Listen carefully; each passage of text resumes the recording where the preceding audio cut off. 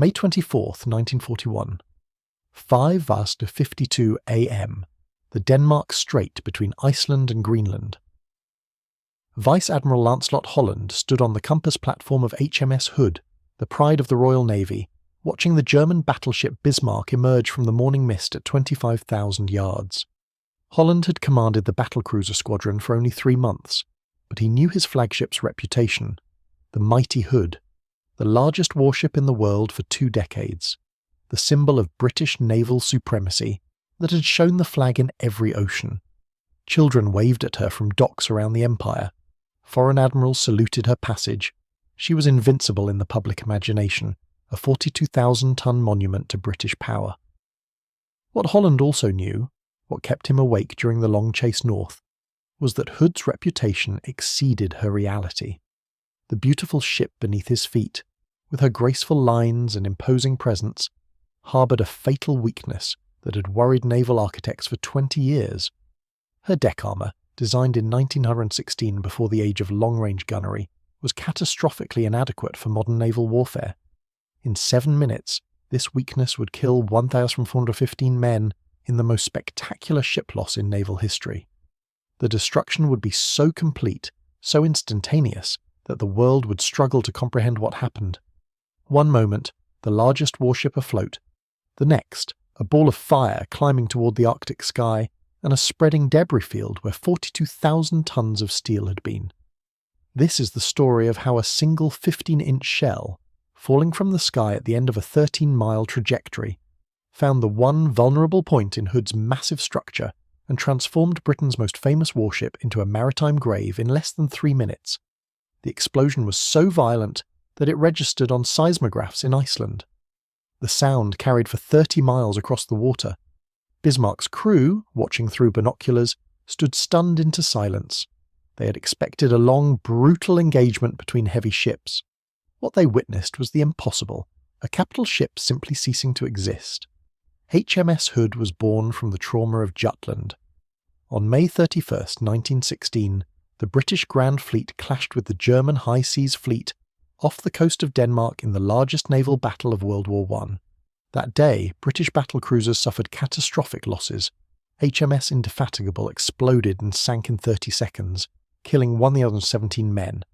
HMS Queen Mary detonated with such violence that debris rained down on ships a mile away, 1,266 dead. HMS Invincible broke in half, her bow and stern jutting from the water like tombstones, 1,026 killed. The cause was identical in all 3 cases. German shells penetrated thin deck armour, reached the magazines where hundreds of tons of cordite propellant were stored, and the resulting explosion destroyed the ships from within.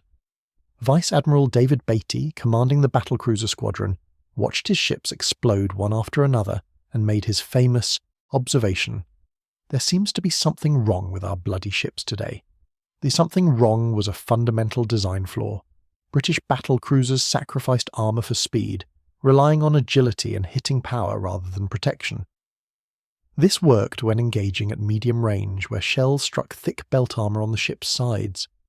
But at Jutland's longer ranges, shells plunged down from high angles, striking the thinly armoured decks and penetrating to the magazines below. The Admiralty's response was immediate. All battlecruiser construction was halted for review. Hood, already under construction at John Brown Shipyard on the Clyde, was completely redesigned. Her deck armour was increased from 1.5 inches to 3 inches over the magazines. Additional plating brought some areas to 5 inches. Her displacement grew from 36,300 tons to 42,670 tons. She became the largest warship in the world, a title she would hold for 2 decades. The redesigned Hood was launched on August 22, 1918, just before the armistice. She was commissioned in May 1920 and immediately became the Royal Navy's showpiece. For the next 20 years, Hood cruised the world as the ultimate expression of British sea power. She visited Mediterranean ports where crowds lined the harbours to watch her pass. She showed the flag in the Caribbean, South America and South Africa. Wherever Britain had interests, Hood appeared to remind the world of the Royal Navy's reach. Children grew up with Hood's picture on their bedroom walls. Postcards showed her cutting through blue water, her massive 15-inch guns trained forward, her battle ensigns streaming. She appeared in newsreels, cigarette cards, and popular songs. To the British public, Hood was more than a warship. She was a promise that Britain still ruled the waves. But within the Admiralty, concerns grew. Hood's additional armour had been added as a retrofit during construction, not integrated into the original design. The extra weight affected her stability and seakeeping.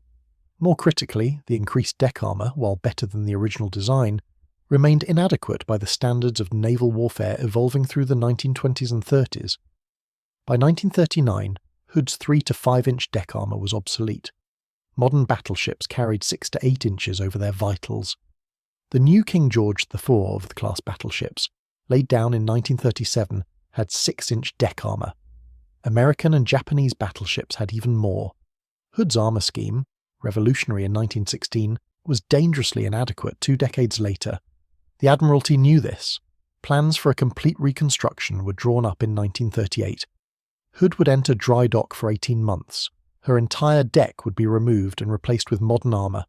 Her anti-aircraft armament would be upgraded. Her machinery would be overhauled. The work was scheduled to begin in early 1940. Then Germany invaded Poland. HMS Hood, the Royal Navy's most famous ship, was too valuable for propaganda purposes to be taken out of service. The reconstruction was postponed. Just for the duration, the Admiralty said, a few months at most. Hood would dominate the seas until the war was won, then receive her upgrades. She deployed to the home fleet at Scapa Flow, hunting German raiders and covering convoys. Months turned into a year, then nearly 2. The reconstruction never happened. Hood remained in service with her 1916-era protection, facing 1940s-era threats. Captain Ralph Kerr, commanding Hood from 1938 to 1940, repeatedly warned the Admiralty about the ship's vulnerability. His reports, declassified decades later, make grim reading. The ship's deck armour is insufficient against modern heavy-caliber guns at long range. Any engagement against modern capital ships should be conducted at ranges under 12,000 yards, where deck armour is less critical. At longer ranges, Hood's magazines are vulnerable to plunging fire. These warnings went unheeded. Hood was needed for fleet operations. Her replacement was years away. The propaganda value of the mighty Hood was too important to lose. She remained in service, beautiful and deadly and vulnerable. On May 18, 1941, German agents in Norway reported that Bismarck and the heavy cruiser Prince Eugen had left Bergen heading north. British intelligence concluded correctly that the German ships were attempting a breakout into the Atlantic to raid convoys. The home fleet was ordered to intercept. Hood was selected to lead the interception force. She was the obvious choice, the most powerful ship immediately available, fast enough to catch Bismarck, heavily armed enough to engage her. Vice Admiral Holland raised his flag aboard a Hood on May 21st. His force included the new battleship Prince of Wales, just commissioned and still working up with civilian technicians aboard, plus 6 destroyers. Holland's orders were clear. Find Bismarck, engage her, sink her or drive her back to Germany. On May 23rd, the cruisers HMS Suffolk and HMS Norfolk made contact with Bismarck in the Denmark Strait. The German ships were heading southwest, moving fast, clearly intending to break past Iceland into the open Atlantic. Holland ordered Hood to intercept at maximum speed. His force raced north through heavy seas at 27 knots, spray breaking over the bows, every man preparing for the battle they knew was coming. In Hood's plotting room, officers calculated ranges, speeds, and intercept courses. The numbers were concerning. Engagement would occur at long range, probably 20,000 yards or more. At that distance, German shells would fall at steep angles, plunging down toward Hood's decks rather than striking her thick belt armour. This was exactly the scenario Captain Kerr had warned about. Commander John Warrand, Hood's gunnery officer, understood the danger. He had served aboard Hood for 3 years. He knew her strengths, her guns that could hurl a 1-ton shell 16 miles, her speed that made her faster than any battleship afloat. He also knew her weakness. The thin deck, armour over the magazines where 100 tons of cordite charges waited in their handling rooms and shell rooms. If a heavy shell penetrated those decks and reached the cordite, the resulting explosion would be catastrophic.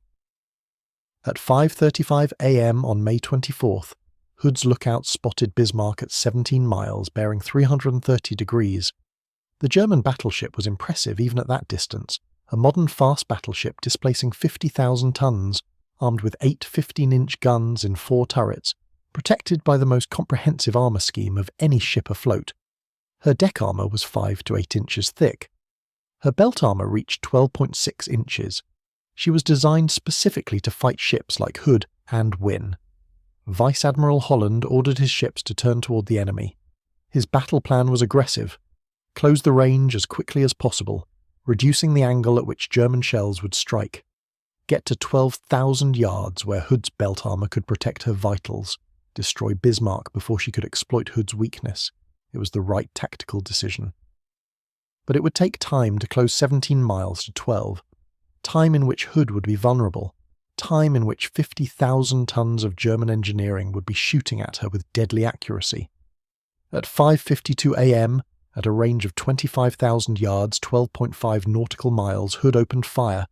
Her forward turrets, A and B mounting, erupted with flame and smoke.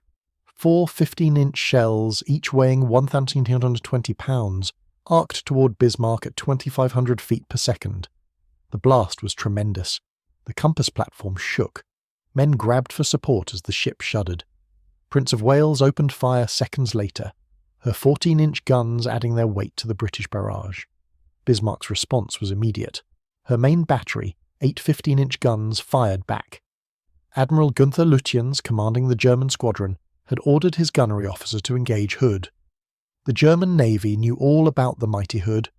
They had studied her design, analysed her weaknesses, planned for this exact encounter. Bismarck's first salvo was short, the shells raising towering waterspouts 500 yards ahead of Hood. The German gunnery team adjusted. Second salvo, closer. Towering columns of water erupted alongside Hood, so close that spray drenched her decks. Third salvo, a hit. At 5:55 a.m., 3 minutes into the battle, a 15-inch shell struck Hood's boat deck near the mainmast. The shell, falling at a 60-degree angle after its 12-mile flight, punched through the thin plating and exploded inside the ship. The detonation ignited ready-use UP anti-aircraft rockets stored on the boat deck. These rockets, an experimental anti-aircraft weapon, contained their own propellant. When the German shell hit, they exploded in a massive fireball. Flame shot 200 feet into the air. Dense smoke poured from Hood's midship section. Men on Prince of Wales, following 800 yards astern, watched in horror as fire engulfed Hood's superstructure. On Bismarck, observers saw the hit and eruption of flame. They cheered, believing they had scored a mortal blow. But Hood kept steaming. The fire, while spectacular, was superficial. The magazines were safe. The ship was damaged but fighting. Holland ordered a turn to port, bringing Hood's stern turrets into action. All 8 15-inch guns would now bear on Bismarck. Hood steadied on her new course. Her guns fired again. Orange flame, thunder, a ton of steel and explosive hurtling toward the enemy. Bismarck's fifth salvo was already in the air. At 5:56 a.m., 4 15-inch shells, each weighing 1,264 pounds, completed their ballistic arc. 3 of them missed, throwing up huge waterspouts around Hood. The 4th shell, fired from Bismarck's Anton turret, the forward turret on the port side, found its mark. The shell struck Hood at the base of her mainmast, approximately at the location of the after 15-inch magazine. The impact angle was steep, between 60 and 70 degrees from horizontal. The shell had climbed to perhaps 35,000 feet during its flight, then fallen back to Earth, accelerating under gravity. It struck Hood's deck at over 1,500 feet per second. Hood's 3-inch deck armour, designed to defeat shells from the Great War era, might have stopped a shell striking at a flatter angle. But this shell, falling nearly vertically, punched through the armour plate like it wasn't there. The German 15-inch armour-piercing shell was a masterpiece of metallurgy. Its hardened steel cap could penetrate significant armour. Its delayed action fuse was designed to allow penetration before detonation. The shell drove through Hood's deck armour, through the deck below, into the after-magazine complex where 4-inch anti-aircraft ammunition was stored. The base fuse detonated. The explosion of 85 pounds of high explosive in the confined space of the magazine ignited the 4-inch ready-use ammunition. This secondary explosion was powerful enough to rupture the bulkhead separating the 4-inch magazine from the main 15-inch magazine just forward, and that's when catastrophe occurred. Hood's after 15-inch magazine contained approximately 112 tons of cordite propellant in silk bags. Each 15-inch shell required 4 cordite charges, each charge weighing 109 pounds. The magazine held enough propellant for 440 shells. Cordite is nitrocellulose-based propellant, chemically similar to gun cotton. It burns extremely rapidly when ignited, producing enormous volumes of gas. In the confined space of a magazine, this rapid combustion becomes a detonation. The flash from the exploding 4-inch ammunition reached the cordite charges.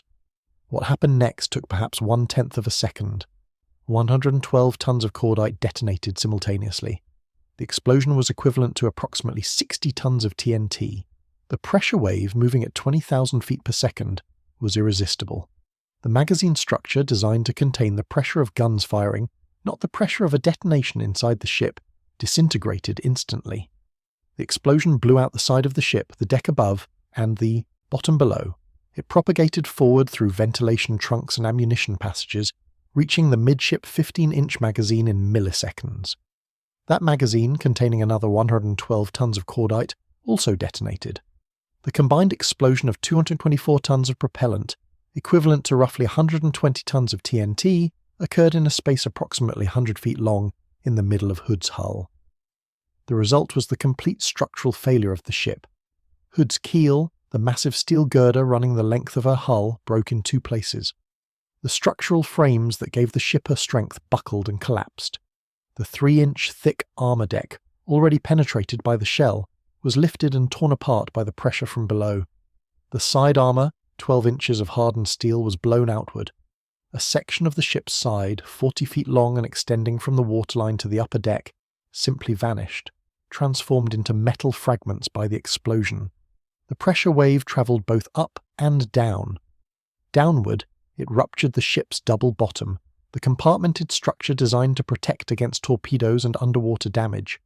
Upward, it blew off the entire midship superstructure.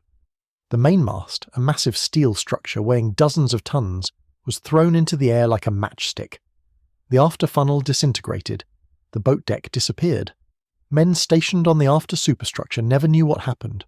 They were there one moment, gone the next, vaporized by the blast or thrown hundreds of feet by the pressure wave. The fireball from the explosion climbed 1,000 feet into the Arctic sky. The orange and red flame was visible for 30 miles. The blast was so powerful that it created a pressure wave in the water that damaged Prince of Wales's hull 800 yards away. On Bismarck, 13 miles distant, the explosion appeared as a sudden massive flash, then an expanding ball of fire. The sound reached them seconds later, a deep rolling thunder that seemed to go on forever. Hood's bow, suddenly unsupported as the middle of the ship disintegrated, pointed skyward. The forward section, from the bow to the point of the explosion, was about 400 feet long and weighed perhaps 10,000 tons. For a moment it hung there, vertical, the 15-inch guns of A and B turrets pointing at the sky. Men in the forward section were still alive in those seconds. The explosion had occurred aft of them. The bow section was structurally intact, but they were trapped in a piece of ship that was sinking rapidly by the stern. Water poured into the shattered hull. The bow began to settle. As the forward section sank, it rolled to port. Men trapped inside tried to escape, but there was no time. The compartments flooded in seconds. The bulkheads designed to slow flooding were useless against this catastrophic damage. Water reached the forward magazines within 60 seconds of the explosion. These magazines, still fully loaded, were now completely submerged. The cold Arctic water, near freezing, shocked the cordite charges, preventing their detonation. If these forward magazines had also exploded, nothing would have remained of Hood at all. The bow section sank rapidly, rolling further to port as it descended. By 6:00 a.m., just 3 minutes after the fatal hit, Hood's bow disappeared beneath the surface. A massive swirl of water marked where she'd been. Then, nothing. The stern section, everything aft of the explosion, was also gone. It had capsized immediately, torn apart by the detonation and broken free from the rest of the ship. It sank within seconds, leaving no trace. Where HMS Hood had been, where 42,000 tons of warship had steamed at 28 knots. Just moments before, there was only a spreading oil slick, burning furiously and scattered debris. Pieces of wood, bits of equipment, life rafts blown apart by the explosion, and bodies. So many bodies. On Prince of Wales, Captain John Leach watched in disbelief. His ship was so close he could see details of Hood's destruction. He watched the fireball, watched the bow rise up, watched it sink. The entire event took less than 3 minutes from the fatal hit to Hood's disappearance. His own ship was under fire from Bismarck taking hits, but Leach ordered a turn toward the spot where Hood had been. There might be survivors. There had to be survivors. From 1,418 men, surely some had escaped. The destroyer HMS Electra, part of Holland's screening force, raced toward the debris field. Her crew lined the rails, throwing life rings, preparing to pick up survivors. They found 3 men. Ordinary signalman Ted Briggs, age 18, had been on Hood's compass platform when the shell hit. The explosion threw him into the water. He never remembered leaving the ship. One moment he was at his station. The next, he was in the freezing water, surrounded by burning oil, struggling to swim away from the suction of the sinking ship. He was in the water for several minutes before Electra picked him up, hypothermic and in shock but alive. Able seaman Bob Tilburn had been in the lower conning position, a small compartment near the waterline used for damage control. When the explosion occurred, water flooded in immediately. Tilburn was blown out through a hatch by the pressure of the water. He surfaced in the debris field, swam away from the burning oil, and survived until rescue. Midshipman William Dundas had been on the after compass platform, the emergency steering position. The explosion destroyed everything around him, but a freak chance, perhaps the angle of the blast or some structural element that deflected the pressure, left him in a pocket of air. He was thrown into the water as Hood capsized and managed to reach the surface. These 3 men were the only survivors from 1,418. 1,415 men died. Vice Admiral Holland, Captain Kerr, Commander Warrand, the entire ship's company except 3 young men who happened to be in the exact right place at the exact right moment. The crew included veterans with 20 years of service and boys who had joined the Navy months earlier. There were men from every corner of Britain and the Commonwealth, engine room artificers who had kept Hood's machinery running for 2 decades, gunners who could compute firing solutions in their heads, Marines who had served aboard her since commission, signalmen who knew her signal flags by heart, all gone in 3 minutes. On Bismarck, the crew stood stunned. They had expected a battle, hours of manoeuvring and firing, shells striking back and forth until one ship's damage accumulated enough to force a withdrawal. Instead, they had fired 5 salvos and their opponent had simply exploded. Admiral Lutyens ordered ceasefire. There was nothing left to shoot at. The news reached Britain within hours. The Admiralty initially refused to believe it. Hood sunk. Impossible. She was the most powerful ship in the Navy. There must be some mistake. But as reports came in from Prince of Wales, from the destroyers, from the cruisers still shadowing Bismarck, the impossible became undeniable. Hood was gone. The shock rippled through Britain like a physical blow. When the BBC announced the loss that evening, the nation mourned. Hood was more than a warship. She was a symbol, a promise that Britain's power remained unbroken. Her loss suggested something more terrifying, that perhaps British power was an illusion, that the symbols of empire were vulnerable, that the modern world with its modern weapons could destroy in minutes what had taken years to build. Winston Churchill received the news at Chequers. He was having breakfast when the telegram arrived. HMS Hood has blown up.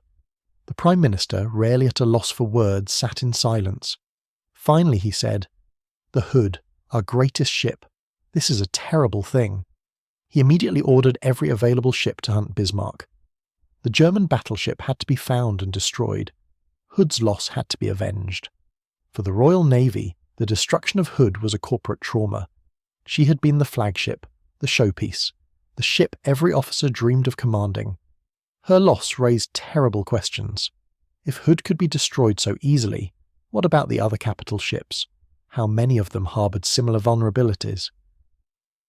The inquiry into Hood's loss began immediately. Survivors were questioned, though with only 3, the information was limited. Briggs had been on deck. He saw the fire from the first hit but didn't see the second. Tilburn had been below. He felt the explosion but saw nothing. Dundas had seen the column of flame but couldn't identify where the shell struck. German records were unavailable until after the war. The inquiry relied on observations from Prince of Wales and the cruisers, analysis of Hood's design, and forensic examination of what little wreckage could be located. The conclusion was unambiguous. Hood's magazine had detonated following a shell penetration through her inadequate deck armour. The exact location of the hit and the path the shell took remained uncertain, but the mechanism was clear. A plunging shell had reached the cordite, and the resulting explosion destroyed the ship. The inquiry's final report, classified for decades, was devastating in its conclusions. Hood should never have engaged Bismarck at long range. Her vulnerability to plunging fire was known and documented.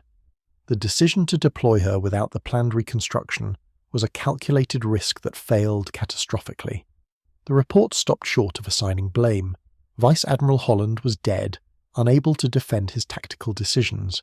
The Admiralty had ordered Hood into action despite knowing her weaknesses. The entire chain of command shared responsibility for sending an obsolescent ship against a modern battleship. The loss sparked immediate changes to Royal Navy procedures. All capital ships had their deck armour evaluated. Several ships received emergency upgrades, additional plating welded over vulnerable areas. Anti-flash precautions, the procedures designed to prevent magazine explosions from spreading, were enhanced. The risks of long-range engagements against modern battleships were emphasized in tactical doctrine. But for 415 families, these changes came too late. They received telegrams regretfully informing them that their son, husband, father or brother was missing, presumed killed in action. There were no bodies to bury. Hood had gone down in 100 fathoms of Arctic water, 10,800 feet deep. The wreck would remain undiscovered for 60 years. The families received the news in different ways. Some had just received letters from their loved ones written days before, cheerful notes about life aboard ship. Others had said goodbye weeks earlier when Hood departed Scapa Flow. None of them had expected this. The mighty Hood, the unsinkable Hood, was gone. The scale of the loss created a unique grief. Other ships had been sunk with heavy casualties, but Hood was different. She was famous. Families had boasted about their sons serving aboard her. Children had visited her during port calls. She was part of the national consciousness in a way that other ships weren't. Her loss felt personal to millions who had never served in the Navy. Memorials were erected. In Portsmouth, at the Royal Naval Memorial, a plaque lists the names of Hood's dead. 1,415 names in alphabetical order, officers and ratings together in death, as they had been in service. The list goes on for pages. So many names. So many lives ended in 3 minutes on a cold May morning in the Denmark Strait. At St. Paul's Cathedral, a service of remembrance drew thousands. The king attended. The Archbishop of Canterbury spoke of sacrifice and duty. The choir sang hymns that had been sung aboard Hood during Sunday services. The congregation wept. 3 days after Hood's sinking, on May 27th, Bismarck was caught and destroyed. Torpedoes from aircraft crippled her steering. The home fleet closed in, battleships and cruisers surrounding. The German ship. They pounded her with hundreds of shells, reducing her superstructure to scrap metal. Finally, torpedoes from cruisers finished the job. Bismarck sank with most of her crew, over 2,000 men. The Germans had their own Hood now, a modern ship sent to the bottom, a symbol destroyed.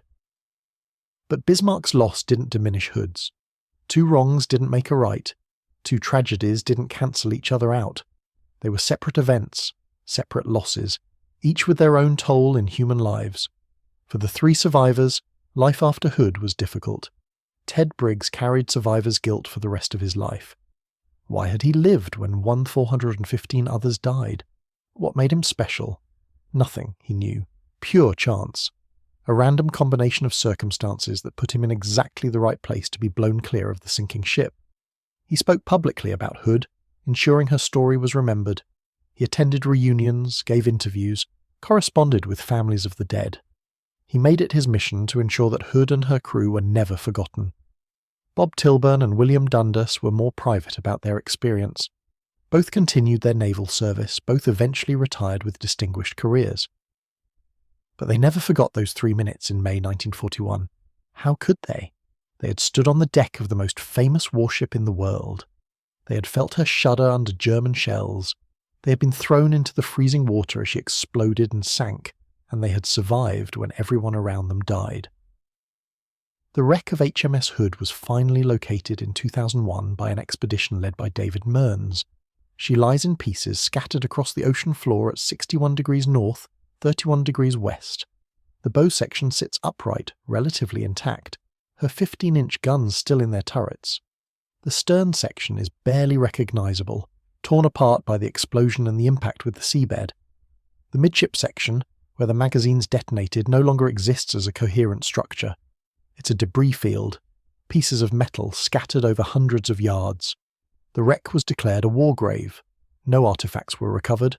The site was surveyed, photographed, and then left in peace. 415 men are buried there, beneath 2 miles of Arctic water, their ship their tomb. Analysis of the wreck confirmed the inquiry's findings. The fatal shell had struck near the mainmast, penetrated the deck, and reached the after magazines. The explosion had broken the ship's back. The structural damage was so severe that Hood's sinking was inevitable from the moment the cordite detonated. Recent computer modelling has shown just how catastrophic the explosion was. The pressure generated by 224 tons of cordite detonating in a confined space exceeded anything the ship's structure could withstand. The keel failed. The frames collapsed. The ship literally broke in half. No amount of damage control could have saved her. No heroic effort by the crew could have prevented her loss. Once the cordite ignited, Hood was doomed. The entire crew had perhaps 10 seconds between the explosion and the water closing over them. Most never reached the deck. Most were trapped below when the ship capsized. Those who did reach the water faced the Arctic Ocean, near freezing, death from hypothermia in minutes. The 3 survivors had been incredibly lucky. They had been blown clear of the ship by the explosion. They had surfaced away from the burning oil. They had managed to stay afloat until rescue arrived. Any other outcome, and there would have been no survivors at all. The loss of HMS Hood remains the Royal Navy's greatest single ship disaster. 415 dead in one event exceeds the total losses from many entire campaigns. The tragedy has been examined, analysed, and studied for 80 years. Books have been written, documentaries filmed, papers published. The debate continues about responsibility, about whether Hood should have engaged at long range, about whether her deployment without reconstruction was justifiable. But beyond the analysis and the debate lies the simple human tragedy. 415 men went to sea aboard a ship they trusted, commanded by officers they respected, in service of a nation they loved. They did their duty, sailed into battle when ordered, and died when a single shell found the weak point in their ship's armour. They deserved better. They deserved a ship with modern protection, tactics that minimised risk, and commanders who understood their vessel's limitations. Instead, they got obsolete armour, aggressive tactics that exposed their weakness, and a command structure that prioritised symbolism over safety. The shell that killed Hood was one of approximately 50 fired by Bismarck during the engagement. One shell out of 50 found exactly the right angle, exactly the right location, to penetrate Hood's deck and reach her magazines. If that shell had struck 50 feet forward or aft, Hood might have survived. If it had struck at a slightly different angle, the armour might have deflected it. If the 4-inch magazine hadn't been adjacent to the 15-inch magazine, the secondary explosion might not have occurred. 1,000 small chances, any one of which could have changed the outcome, but that's war. Small chances determine survival. Random variations in shell trajectory, minute differences in armour thickness, seconds of difference in timing. These tiny factors aggregate into life or death for thousands of men. Hood's crew understood the risks. They were professional sailors in wartime. They knew that engaging an enemy battleship meant accepting the possibility of death. But understanding risk intellectually and experiencing it are different things. When that shell hit, when the magazines exploded, there was no time for courage or fear, just instant death for most, and a brief struggle for survival for the very few who found themselves in the water. The 3 survivors, Briggs, Tilburn and Dundas, became the voices of 415 silent men. They told Hood's story, for decades, ensuring the sacrifice wasn't forgotten. When they died, Briggs in 2008, Tilburn in 1995, and Dundas in 1965, another chapter closed. Now there are no survivors. No one alive who stood on Hood's deck, who felt her power, who experienced her final moments. We have their accounts, recorded in interviews and memoirs. We have the technical analysis, the wreck surveys, the forensic examination of evidence. We have the historical record, but we don't have the lived experience, the human reality of serving aboard HMS Hood and dying when she exploded. That experience died with the last survivor.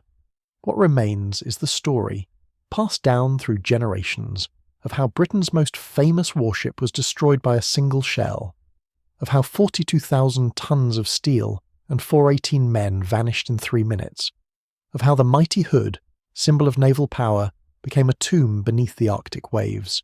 The explosion that destroyed Hood registered on seismographs because it was equivalent to a small earthquake. The pressure wave travelled through the water and into the Earth's crust. Instruments in Iceland picked up the signal. Scientists, not knowing the source, recorded it as an unexplained seismic event. Only later, when the battle report was correlated with the seismic data, did they realise they had detected Hood's death. The sound of the explosion carried for 30 miles across the water. Ships that were over the horizon heard the distinctive thunder of a major detonation. Sailors who heard it knew immediately that something catastrophic had occurred. No ordinary hit on a ship made that sound. That was the sound of a magazine exploding, a ship dying. On Prince of Wales, the crew heard it and felt it. The pressure wave in the water struck their hull like a hammer. The ship shuddered. Men below decks thought they had taken a hit. Only those on deck who could see the fireball climbing toward the sky where Hood had been understood what had happened. Bismarck's crew heard it too, 13 miles away. The sound reached them as a rolling thunder that seemed to last forever. Some men cheered, celebrating their victory. Others stood in silence, comprehending that they had just killed 400 men. There was nothing glorious about what they had witnessed, just the efficient destruction of a ship and its crew. The Denmark Strait fell silent after Hood sank. Prince of Wales, damaged and without her consort, broke off the engagement. Bismarck, having achieved her mission of breaking through the British blockade, continued south. The destroyers and cruisers maintained their shadowing positions. But for a few moments after Hood disappeared, there was only the sound of wind and waves. The thunder had spoken. The sky had briefly been full of fire, and now there was just the ocean, cold and grey and empty, covering the grave of 415 men, who had sailed that morning expecting to win a battle, and instead had found death in the form of a single 15-inch shell falling from the Arctic sky. The hunt for Bismarck consumed the Royal Navy for the next 3 days. Every available ship, every aircraft within range was committed to finding and destroying the German battleship. This wasn't just tactical necessity, it was vengeance. Hood had to be avenged. Her crew had to be honoured through the destruction of their killer. Churchill personally intervened in operational decisions, demanding updates every few hours. The Admiralty War Room became a nerve centre of obsession, with officers tracking every reported sighting, every possible course the German ship might take. Prince of Wales, despite her damage, maintained contact with Bismarck through the night of May 24th. The British battleship had taken 7 hits during the brief engagement, including one that penetrated her bridge and killed everyone except Captain Leach. But she stayed in touch, reporting Bismarck's position, course and speed.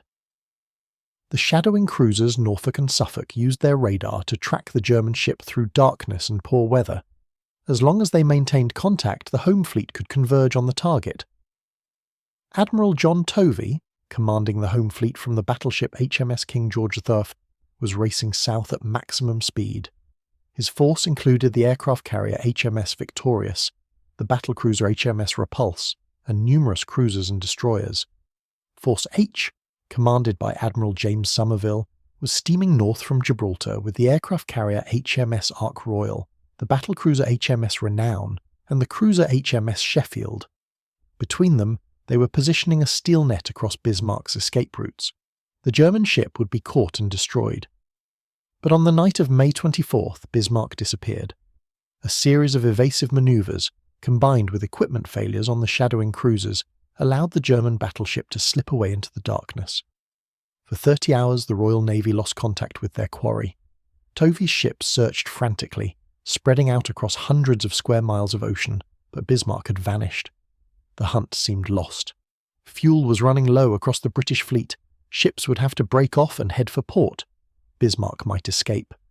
Then, on the morning of May 26th, a Coastal Command Catalina flying boat spotted an oil slick. Following it, the aircraft found Bismarck steaming toward France at reduced speed. The German ship had been damaged during the engagement with Hood and Prince of Wales. A shell had ruptured a fuel tank, and she was leaving a trail of oil that stretched for miles. She was heading for Brest, where German air cover could protect her and repairs could be undertaken. If she reached French waters, she would be safe. The Royal Navy had perhaps 24 hours to catch her. Tovey's battleships were too far away. They couldn't intercept before Bismarck reached the safety of French coast. But Ark Royal, with Force H, was close enough. Her Swordfish torpedo bombers could slow Bismarck down, giving the battleships time to catch up. At 14:50 on May 26th, 15th Swordfish took off from Ark Royal's heaving deck. The carrier was rolling heavily in the rough seas. Launching aircraft in those conditions was dangerous, but there was no choice. This was the last chance to stop Bismarck. The first strike was a disaster. The Swordfish, flying through heavy cloud and rain, located a ship on radar and attacked it. Only after dropping their torpedoes did they realize they had attacked HMS Sheffield, one of their own cruisers. Fortunately, the magnetic detonators on the torpedoes malfunctioned and all missed. The Swordfish returned to Ark Royal in disgrace, having wasted their weapons on a friendly ship. But there was time for a second strike. Ark Royal's crew worked frantically to rearm 15 more Swordfish, this time with contact detonator torpedoes that would work reliably. At 19:10, the second strike launched. The Swordfish were obsolete biplanes, fabric-covered relics that seemed to belong to an earlier era of warfare. They were slow, with a top speed of barely 140 miles per hour. They were fragile, vulnerable to anti-aircraft fire.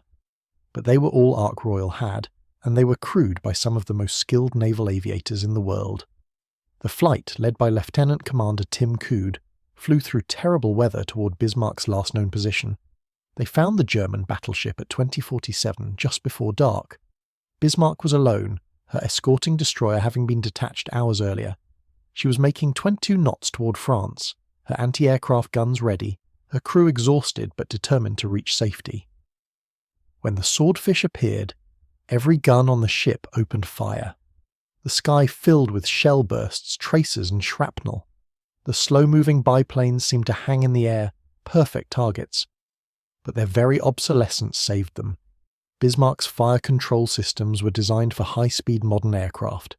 The Swordfish were so slow that the German gunners couldn't adjust their aim properly. Shells exploded ahead of the aircraft, behind them, around them, but direct hits were rare. The Swordfish pressed home their attacks individually, each aircraft making its own approach through the storm of fire. They dropped to 50 feet above the water, flying directly at Bismarck's hull, releasing their torpedoes at point-blank range before banking away. Several torpedoes hit. One struck amidships, causing minor flooding. Another hit forward, also causing limited damage.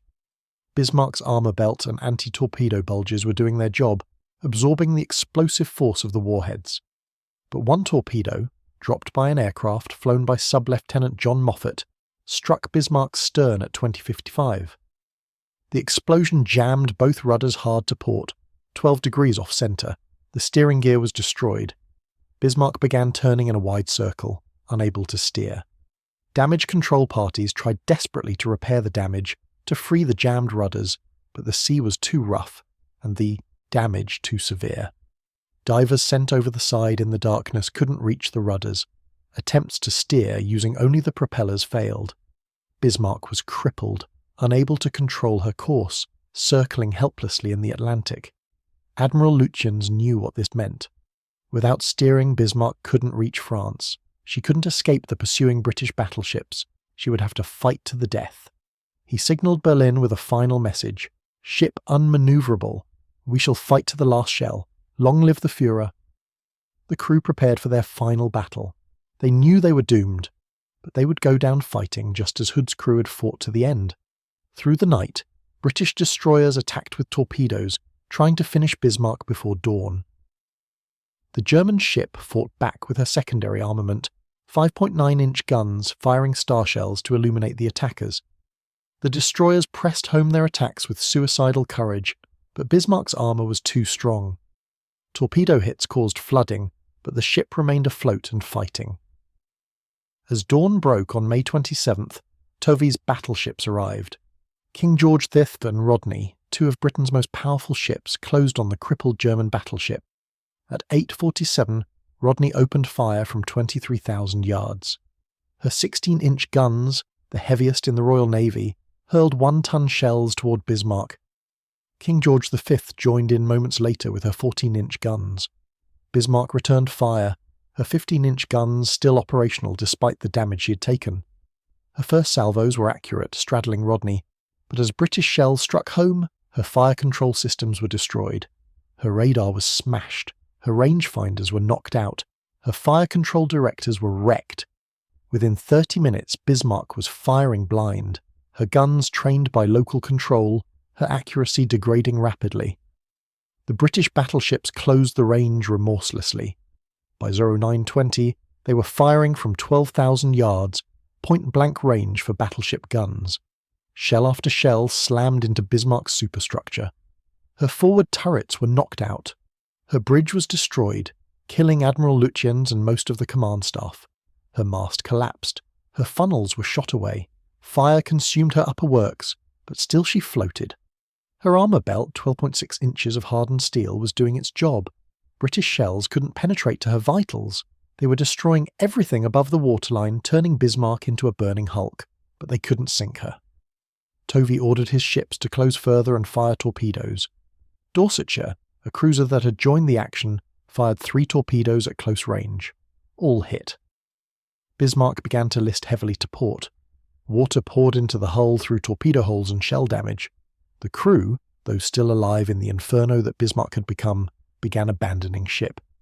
Men jumped into the oil-covered water, swimming away from their dying ship. At 10:36, 3 hours after the battle began, Bismarck capsized and sank stern first.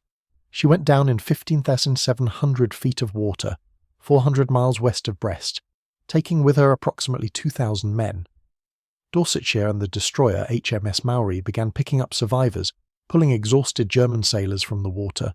They rescued 110 men in the first 30 minutes. But then a U-boat alarm sounded. The British ships, fearing torpedo attack, ceased rescue operations and withdrew. Hundreds of German sailors were left in the water, calling for help, watching their rescuers steam away. Most died of hypothermia within hours. A German weather ship and a U-boat later picked up 5 more survivors. Of Bismarck's crew of 2,221 men, only 115 survived. The destruction of Bismarck was celebrated throughout Britain. Church bells rang. Newspapers proclaimed victory. Churchill announced the news to Parliament with undisguised satisfaction. The ship that had killed Hood was itself destroyed. Justice had been served. The Royal Navy had avenged its greatest loss. But for those who understood naval warfare, the victory was bittersweet. Bismarck had been destroyed, but she had also demonstrated the vulnerability of older capital ships. Hood had been sunk by a single well-placed shell. Bismarck had absorbed hundreds of heavy-caliber hits and had only sunk after being torpedoed repeatedly and having her crew scuttle her. Modern ships with modern armour schemes were incredibly difficult to destroy. The sinking of Hood changed British naval strategy fundamentally. The age of the battleship was ending, though few recognised it at the time. Aircraft carriers, submarines and land-based air power were becoming dominant. The big gun ship, which had ruled the seas for centuries, was obsolete. Hood's loss demonstrated this with brutal clarity. A ship could be beautiful, powerful, famous, and still be vulnerable to a single lucky hit. The days when battleships could dominate naval warfare through firepower and armour were ending. In the months following Hood's loss, the Royal Navy conducted extensive reviews of all capital ship designs. Every ship in the fleet was evaluated for magazine protection, anti-flash arrangements, and armour schemes. Several ships received major modifications. Additional deck armour was added where possible. Magazine handling procedures were revised to minimise the risk of flash reaching the propellant. Anti-flash gear, special flame-resistant clothing and equipment, was mandated for all magazine personnel. The lessons learned from Hood's loss saved lives on other ships throughout the war. But these changes couldn't bring back Hood's crew. 1415 men remained dead, their bodies entombed in the wreck or scattered across the Denmark Strait. Their families mourned. The Navy mourned. The nation mourned. Hood had been more than a ship. She'd been a symbol, and symbols matter. Their loss affects not just tactics and strategy, but morale and belief. The destruction of Hood shook British confidence at a time when confidence was desperately needed. The memorial services held for Hood's crew were sombre affairs. At Portsmouth, at Plymouth, at naval bases around Britain and the Commonwealth, sailors gathered to honour their fallen comrades. The names were read aloud, all 1,415 of them, a process that took over an hour. Vice Admiral Lancelot Holland, Captain Ralph Kerr, Commander John Warrand.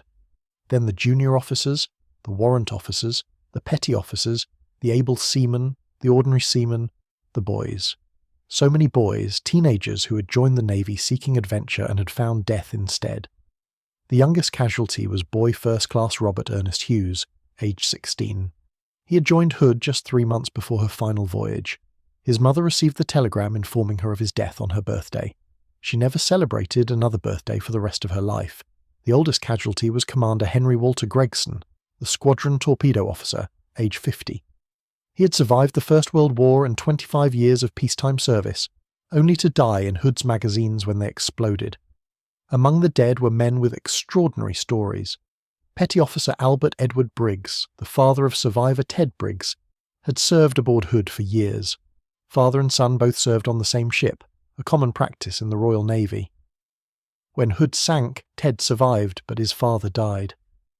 The young signalman spent the rest of his life wondering why fate had chosen him to live and his father to die. There was no answer, just chance and circumstance and the random brutality of war. Lieutenant Commander Patrick Gregson was the son of Commander Henry Gregson. Both father and son died together when Hood exploded. The Gregson family lost 2 generations in 3 minutes. Marine Morris Albert Hussey was engaged to be married. His wedding was scheduled for June 1941. His fiancée waited at the church on the appointed day, wearing her wedding dress, refusing to believe he was dead. The ceremony never took place. She never married anyone else. She wore black for the rest of her life, mourning a man who had died before becoming her husband. The stories go on. 115 individual tragedies, each one unique, each one devastating to the families left behind. Some families lost their only son. Others lost brothers, fathers, cousins. The geographic concentration of naval recruiting meant some small towns lost multiple men from Hood. There were streets in Portsmouth and Plymouth, where every third house had black-edged telegrams, where entire neighbourhoods mourned together. The Admiralty established a relief fund for the families of Hood's dead. The response was overwhelming. Ordinary Britons, many of them struggling with wartime hardships, donated what they could. The fund raised over £300,000, a substantial sum in 1941. The money was distributed to widows, orphans and dependent parents. It couldn't replace the lost men, but it provided some financial security to those who had depended on a sailor's wages. The 3 survivors became reluctant celebrities. Ted Briggs, Bob Tilburn and William Dundas were interviewed by newspapers, featured in newsreels, asked to speak at war bond rallies. They hated the attention. They were survivors, yes, but they didn't feel heroic. They had simply been lucky. The real heroes, they insisted, were the 415 men who died. The men who had done their duty, manned their stations and gone down with their ship. Those were the men who deserved to be remembered and honoured. Ted Briggs made this his life's work. After the war, he became the unofficial keeper of Hood's memory. He attended every reunion, every memorial service, every commemoration. He corresponded with families of the dead, sharing what little he knew about their loved ones' final hours. He gave hundreds of interviews, wrote a memoir, cooperated with historians and researchers. He wanted to ensure that Hood and her crew were never forgotten. When he died in 2008 at age 85, he was the last living soul who had stood on Hood's deck in her final moments. The wreck of Hood, discovered in 2001, provided some closure, but also raised new questions. The survey team, using sophisticated sonar and remotely operated vehicles, mapped the debris field in detail. The wreck confirmed that Hood had broken into 3 major sections. The bow, relatively intact, sits upright with her forward turrets still in place. The stern section, heavily damaged, lies some distance away. The midship section, where the fatal explosion occurred, is scattered across the seabed, testimony to the violence of the magazine detonation. Examination of the wreck allowed researchers to trace the path of the fatal shell with some precision. The German 15-inch shell had struck the deck at a steep angle near the base of the mainmast. It penetrated the 3-inch armour deck, possibly striking a deck beam that deflected it slightly downward. It continued through the next deck, then into the after 4-inch magazine. The explosion of the shell's burster charge ignited the 4-inch ammunition, which in turn set off the 15-inch magazine. The sequence took perhaps 2 seconds from shell impact to magazine detonation. The wreck also revealed the extent of the damage. The keel was broken in 2 places. The entire midship structure had been blown apart by the explosion. The side armour, designed to stop shells, had been blown outward from the inside by the pressure of the detonating magazines. The force required to do this was almost incomprehensible. Hood's 12-inch side armour, some of the thickest on any warship, had been pushed outward like cardboard by the explosion. This physical evidence confirmed what the survivors and witnesses had reported. The explosion was cataclysmic, beyond anything naval architects had anticipated. Modern computer simulations have recreated the explosion in detail. The detonation of 224 tons of cordite created a pressure wave exceeding 50,000 pounds per square inch in the magazine spaces. This pressure, released in microseconds, was irresistible. The ship's structure failed instantly. The explosion propagated through the weakest paths, ventilation trunks, ammunition passages, and machinery spaces, spreading destruction throughout the midship section. The ship's back broke because the central structure that held the bow and stern together simply ceased to exist. The simulations also showed why so few men survived. The explosion occurred below the waterline in spaces deep within the ship. Men stationed near the magazines died instantly, vaporized by the blast or killed by the pressure wave. Those in adjacent compartments were killed when bulkheads failed and the explosion reached them. Men on the upper decks were thrown into the air or into the sea by the blast. The ship capsized so quickly that men below decks had no time to reach the upper deck before water flooded in. The 3 survivors had all been on or near the upper deck when the explosion occurred, and all had been blown clear of the ship by the blast. Anyone below the upper deck died. The human body cannot survive the kind of forces generated by a magazine explosion. The pressure wave itself is lethal, rupturing organs and causing massive trauma. The heat flash from the burning cordite is intense enough to cause instant incineration at close range. The structural collapse of the ship creates crushing forces, and then there's the water flooding in at tremendous speed, drowning anyone who survived the initial explosion. For most of Hood's crew, death came in less than a second.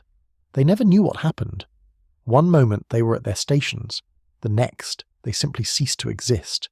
This is perhaps the only mercy in Hood's loss. The crew didn't suffer, they didn't have time to be afraid. The explosion killed them so quickly that their nervous systems couldn't even register pain. For the families this was small comfort, but it was something. Their loved ones hadn't drowned slowly in a flooded compartment. They hadn't burned to death in the fire. They had simply been there one moment and gone the next. The question of responsibility for Hood's loss has been debated for 8 decades. Who was to blame? Vice Admiral Holland for engaging at long range, the Admiralty for deploying Hood without her planned reconstruction, the designers who created an armour scheme that proved inadequate, the politicians who delayed modernisation for budget reasons, or was it simply the fortunes of war, a random shell finding a weak spot, bad luck on a cosmic scale?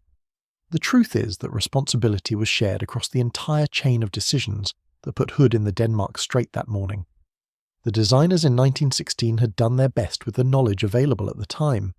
The Admiralty in 1938 had planned appropriate modifications but was overtaken by the outbreak of war. Holland had made aggressive tactical decisions based on his understanding of Hood's capabilities. Every link in the chain had reasons for their choices. Individually, none of the decisions were unreasonable. Collectively, they led to catastrophe. This is often how disasters occur, not through single catastrophic errors, but through chains of small decisions that seem reasonable individually, but combine into tragedy. Hood's loss wasn't the result of incompetence or negligence. It was the result of competing priorities, imperfect knowledge, and the chaos of war. Ships designed for one type of conflict being used in another. Tactics developed for different ranges being applied to new situations. Material limitations forcing compromises. All of these factors contributed. But understanding how disasters occur doesn't diminish their impact. 415 men were still dead. Hood was still gone. The Royal Navy had still suffered its greatest single ship loss. Understanding the reasons might prevent future disasters, but it couldn't change what had happened in the Denmark Strait on the morning of May 24, 1941. The explosion still occurred, the ship still sank, the men still died. The legacy of Hood's loss extended far beyond the immediate impact. The sinking influenced ship design for decades. Modern warships have extensive magazine protection systems, multiple barriers between shell storage and propellant, automated flooding systems to suppress magazine fires, and blast venting to channel explosion force away from vital structures. The lessons learned from Hood, from Jutland, from every magazine explosion in naval history are built into the designs of contemporary warships. The men who died in those explosions contributed through their sacrifice to the safety of sailors who came after. Hood's loss also influenced tactical doctrine. Modern naval warfare emphasizes standoff engagement, using missiles fired from beyond visual range rather than closing to gun range. The vulnerability of ships to lucky hits is acknowledged and planned for. No modern navy would send a ship into battle with known armour deficiencies the way Hood was sent against Bismarck. The institutional knowledge purchased with 415 lives changed how navies think about risk and acceptable losses. But perhaps Hood's most important legacy is as a reminder of the human cost of war. It's easy to discuss tactics, strategy and engineering when looking at naval warfare. It's easy to talk about armour thickness, shell trajectory and magazine detonation as technical problems. But Hood's loss forces us to remember that these technical problems have human consequences. Each of those 415 men had a name, a family, a life, dreams, and hopes and fears. They weren't statistics. They were people, and they died serving their country. The memorial at Portsmouth captures this human dimension. The names, all 1,115 of them, inscribed in stone. Not just names, but ranks and ages, so visitors can see how young many of them were. 16, 17, 18-year-old boys serving alongside men in their 30s and 40s. The memorial doesn't glorify their deaths, it simply records them, preserving their memory for future generations.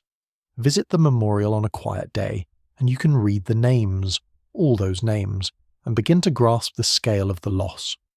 Not 415 as an abstract number, but Smith and Jones and Williams and Brown, individual men who woke up that May morning and never saw the sunset.